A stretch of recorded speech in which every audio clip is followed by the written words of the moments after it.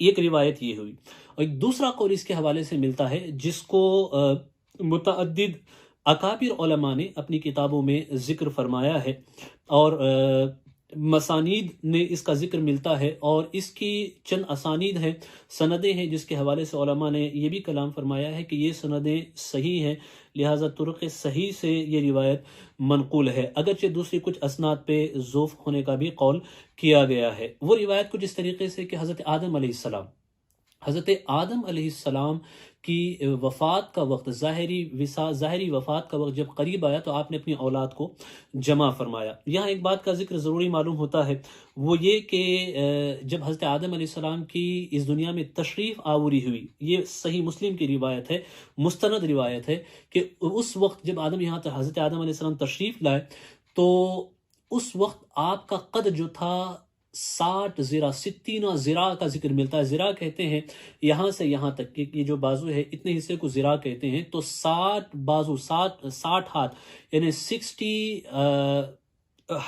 ذراع، اتنا لمبا آپ کا قد تھا۔ پھر اس کے بعد ہوتے ہوتے ہوتے ہوتے قد جو ہے کم ہوتے گئے۔ یہی وجہ ہے کہ بہت سارے صوفیہ، علماء، اکابر، بزرگوں نے جنہوں نے حضرت خضر کو دیکھا، جن کو دیکھنے کا شرف حاصل ہوا، ان سے جو روایات ملتی ہیں اس میں اس بات کا ذکر ملتا ہے کہ حضرت خضر آپ کا طول جو ہے، آپ کی لمبائی عام لوگوں کی لمبائی سے کافی زیادہ ہے۔ بہرکیف حضرت آدم علیہ السلام کی وفات کا وقت جب قریب آیا تو حضرت آدم علیہ السلام نے اپنی اولاد کو جمع کیا اور فرمایا کہ سنو، ان قریب اہل زمین پہ اللہ کا عذاب آنے والا ہے۔ دراصل یہ طوفان نوح تھا جس کے حوالے سے حضرت آدم علیہ السلام نے اپنی اولاد کو خبر دی کہ عذاب آنے والا ہے، یہ عذاب آئے گا، تو ایسا کرنا کہ میری لاش کو لے کر کے تم ایک غار کی طرف چلے جانا، اور حضرت آدم علیہ السلام نے دعا فرمائی کہ جو بھی میری لاش کو دفن کرے گا، جو میری تدفین کا فریضہ انجام دے گا، میری اس کے لیے دعا ہے کہ اللہ تبارک و تعالیٰ اسے قیامت تک زندگی عطا فرمائے، اس کی عمر کو اتنی لمبی کر دے کہ وہ قیامت تک زندہ رہے۔ تو جب طوفان نوح آ گیا، طوفان نوح گزر گیا، اس کے بعد جب حضرت خضر علیہ السلام کی ولادت ہوئی تو حضرت خضر علیہ السلام کو یہ شرف میسر آیا، یہ موقع میسر آیا کہ آپ نے حضرت آدم علیہ السلام کی تدفین فرمائی، آپ نے حضرت آدم علیہ السلام کی تدفین فرمائی، لہٰذا حضرت آدم علیہ السلام کی دعا کی برکت سے آپ کو اللہ تبارک و تعالیٰ نے اتنی لمبی زندگی عطا فرمائی کہ آپ قرب قیامت تک آپ زندہ رہیں گے۔ آخری وقت کے جو فتنے ہوں گے، علماء نے ان روایتوں کو بھی ذکر فرمایا ہے کہ آخری وقت کے آخر زمان میں جو فتنے ہوں گے، دجال کا جو خروج ہوگا، اس وقت حضرت خضر علیہ السلام، حضرت امام مہدی اور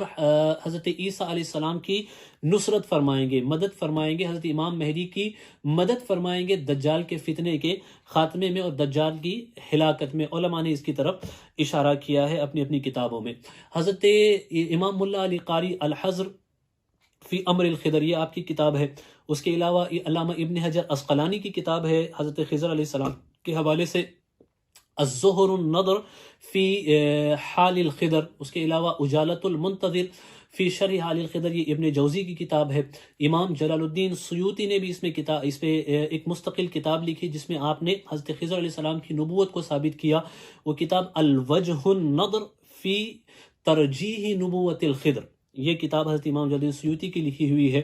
علامہ ابن المنادی ایک بزرگ ہیں، ان کی کتاب ہے۔ اس کے بعد 12ویں صدی کے ایک بزرگ ہیں علامہ احمد ابن احمد الاسفرائینی، آپ کی بھی اس پہ مستقل کتاب ملتی ہے۔ امام عراقی کی کتاب حضرت خضر علیہ السلام کی حیات کے حوالے سے اس کا تذکرہ ملتا ہے۔ تقریباً 15-16 کتابیں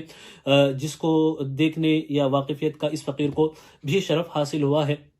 بہت ساری کتابیں مخطوطات کی شکل میں ہیں، کچھ کتابیں چھپ چکی ہیں، جو کتابیں چھپی ہیں ان میں ملا علی قاری کی کتاب یہ چھپ چکی ہے۔ اس کے علاوہ امام ابن حجر عسقلانی کی جو کتاب ہے یہ بھی چھپ چکی ہے، اور یہ متداول ہے۔ جو لوگ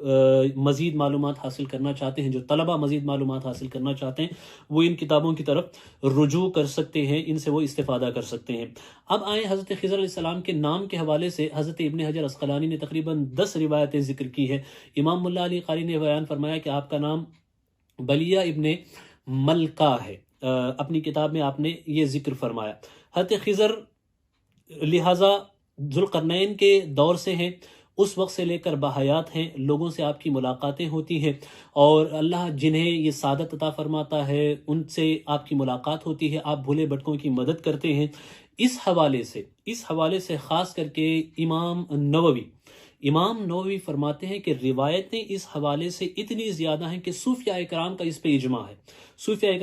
اجماع ہے کہ اللہ کا جس پہ کرم ہوتا ہے ان کی ملاقات حضرت خضر سے ہوتی ہے، اور حضرت خضر ان سے ملاقات کرتے ہیں، اور روایتیں آپ سے ملاقات کے حوالے سے علماء، صوفیاء، اولیاء سے اس قدر کثرت کے ساتھ مروی ہے کہ اس کو شمار نہیں کیا جا سکتا۔ اور حدیث کے ایک عظیم عالم حافظ ابن صلاح، جو مقدمہ ابن صلاح کے مؤلف و مصنف ہیں، آپ فرماتے ہیں کہ خضر کے حوالے سے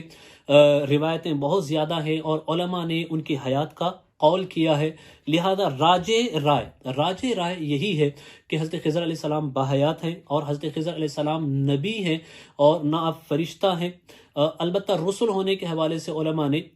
کافی اختلاف کیا ہے کہ آپ رسول بھی ہیں کہ نہیں۔ البتہ نبوت کے حوالے سے جمہور کی رائے یہ ہے کہ آپ نبی ہیں۔ جن لوگوں نے فرشتے کا قول کیا، یہ قول بہت ہی بعید ہے۔ مودودی نے حضرت خضر علیہ السلام کے فرشتہ ہونے کا ذکر کیا ہے، جو بہت ہی بعید معلوم ہوتا ہے، چونکہ روایات جو احادیث ہیں وہ اور قرآن مجید کی جو آیات ہیں ان میں واضح الفاظ میں اس بات کا ذکر ملتا ہے کہ حضرت خضر اللہ کے بندوں میں سے ایک بندے ہیں۔ عبدا من عبادنا فرمایا کہ یہ بندے ہیں، اور اللہ نے ان کو نبوت عطا فرمائی، وہ نبی ہیں اور فرشتے نہیں ہیں، یہی صحیح رائے ہے۔ حضرت خضر علیہ السلام بہت سارے لوگوں سے ملاقات کرتے ہیں، اور بہت سارے لوگوں کو، صحابہ کرام کو یہ شرف حاصل ہے۔ حضرت علی رضی اللہ تعالی عنہ کے حوالے سے یہ روایتیں ملتی ہیں کہ خانہ کعبہ کے سامنے آپ نے ایک بزرگ کو غلاف کعبہ سے لپٹ کر خانہ کعبہ سے لپٹ کر مناجات کرتے ہوئے پایا، اور جب آپ ان کے قریب گئے، جا کر کے پوچھا تو پتہ یہ چلا کہ وہ حضرت خضر علیہ السلام ہے۔ حضرت عمر کے حوالے سے یہ روایت ملتی ہے کہ حضرت عمر علیہ السلام نے حضرت عمر رضی اللہ تعالی عنہ نے آپ سے ملاقات کی، اور آپ کو ان کی دیدار و زیارت کا، حضرت خضر علیہ السلام کی زیارت کا شرف حاصل ہوا۔ اس کے علاوہ ایک روایت اور ملتی ہے جس میں اس بات کا ذکر ملتا ہے کہ جب رسول اکرم صلی اللہ تعالی علیہ وسلم ظاہری طور پہ اس دنیا سے پردہ فرمایا، جب حضور اکرم صلی اللہ علیہ وسلم نے جب حضور کا وصال ہوا، تو یہ وقت صحابہ اکرام کے لیے بہت ہی شدید وقت تھا، بہت ہی بڑی مصیبت و آفت کا یہ وقت تھا۔ صحابہ کی حالت غیر تھی، ہر کوئی غم میں ڈوبا ہوا تھا، سب کے دل ٹوٹے ہوئے تھے، سب کوئی پریشان تھے۔ اس وقت روایت میں ذکر ملتا ہے کہ ایک بزرگ، ایک نورانی شکل والے سفید پوش بزرگ آئے، اور یہ سفید پوش بزرگ جب حاضر ہوئے تو انہوں نے کچھ کلمات بیان کیے جس سے تسلی دی، جس سے صحابہ کرام کو کچھ افاقہ ہوا اور کچھ سکون میسر آیا۔ جب وہ وہاں سے چلے گئے تو صحابہ کرام نے جب تعزیت کے جملے کہہ کر کے وہاں سے چلے گئے تو صحابہ کرام نے آپس میں پوچھا کہ یہ کون تھے، ہم تو ان کو جانتے نہیں، ان کے کلمات بہت ہی عظیم تھے جن سے دلوں کو راحت و سکون مل رہا تھا۔ تو اس وقت حضرت ابو بکر صدیق رضی اللہ تعالیٰ عنہ اور حضرت عمر رضی اللہ تعالیٰ عنہ، حضرت علی رضی اللہ تعالیٰ عنہ نے فرمایا کہ یہ حضرت خضر علیہ السلام تھے، یہ حضرت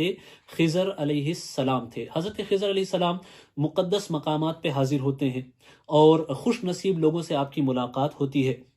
جن لوگوں نے ولی کا قول کیا حضرت خضر علیہ السلام کے حوالے سے کہ وہ صرف ولی ہیں، یہ قول بھی علماء نے اس کو رد فرمایا ہے۔ جو حضرت امام ابوالقاسم قشیری کے حوالے سے یہ ملتا ہے کہ آپ نے آپ کی ولایت کا قول کیا ہے، اس کی توجیہ و ترجیح یوں ہو سکتی ہے، اس کی تطبیق یوں ہو سکتی ہے کہ یہاں ولایت مع نبوت مراد ہے، یہاں صرف ولایت مراد نہیں ہے بلکہ ولایت مع نبوت مراد ہے، کہ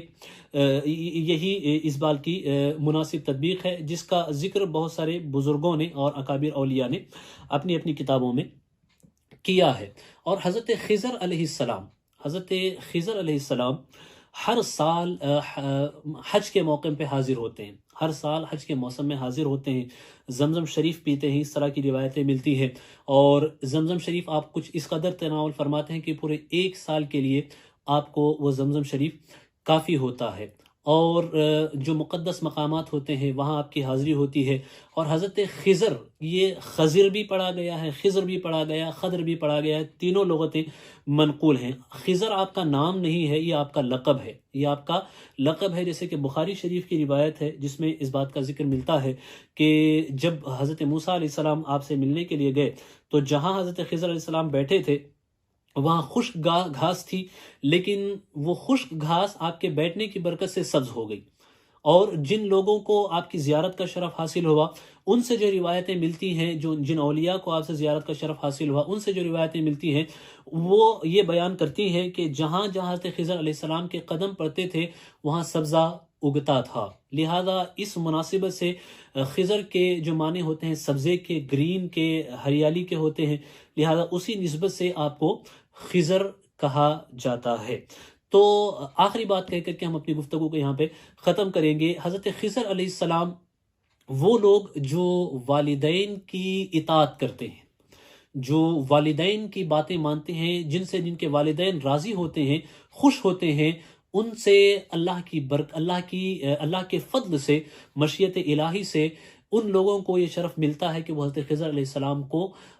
دیکھ سکتے ہیں، یا ایسی اس برکت سے ملاقات ہو سکتی ہے، اس طرح کی روایتیں ملتی ہیں۔ دراصل حضرت عبداللہ ابن مبارک رضی اللہ تعالیٰ عنہ ایک مرتبہ آپ فرماتے ہیں کہ میں جہاد کے لیے، راہ خدا میں جہاد کے لیے نکلا، جب میں راستے میں تھا تو اچانک ایک ویران جگہ پہ جب میں پہنچا تو حال کچھ ایسا ہوا کہ میرے گھوڑے پر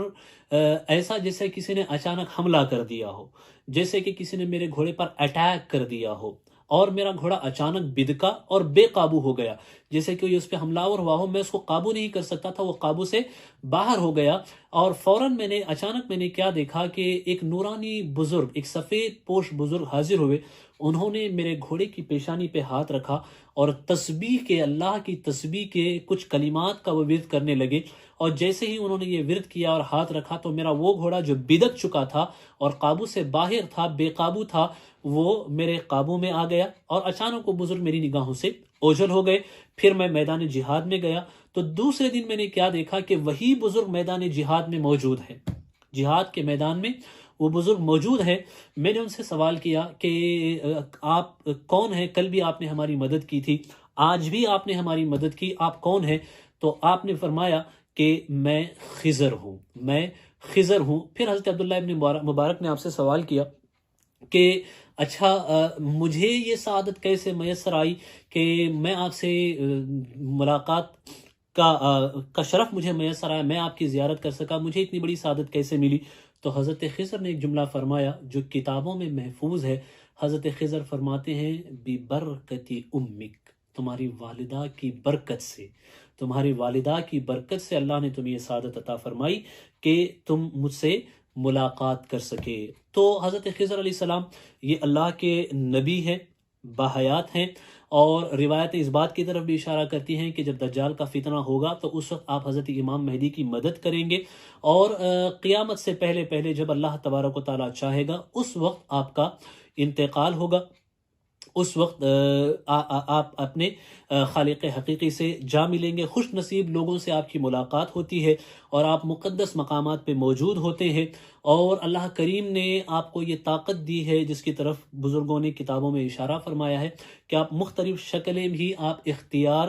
کر سکتے ہیں، اور اللہ نے آپ کو علم لدنی عطا فرمایا، آپ اللہ کے نبی ہیں، اور بہت ساری برکتوں کے آپ حامل ہیں۔ اللہ تبارک و تعالی ہمیں بزرگوں کی برکتوں سے نوازے، سعادتوں سے نوازے، ہمیں اپنے والدین کی اطاعت و فرما برداری کی توفیق عطا فرمائے۔ استغفر اللہ، استغفر اللہ، استغفر اللہ ربی من کل ذنب و خطیئۃ و اتوب الیہ۔ السلام علیکم ورحمۃ اللہ وبرکاتہ۔